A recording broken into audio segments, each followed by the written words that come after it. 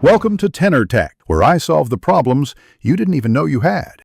You already have HTML and a linked CSS file, so start by declaring media rules now. Create simple media blocks for your chosen breakpoints and add base selectors first. This ensures mobile-first flow.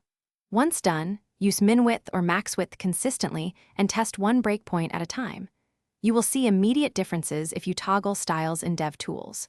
Make sure to save and reload. Small syntax errors stop the rules from applying.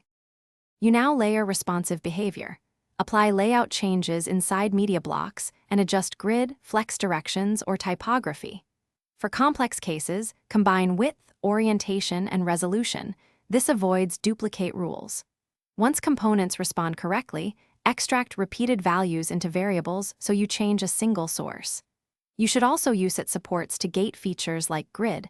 That way, older browsers fall back gracefully. Test your finishing by auditing behavior and fixing conflicts. Inspect DevTools to see which rule wins and why, then lower specificity or reorder rules to correct it. If a media query fails, check units, PX versus M, or stray syntax like a missing parenthesis.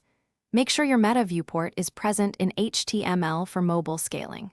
Finally, run accessibility checks for contrast and hit area sizes. Doing that prevents layout fixes from breaking usability.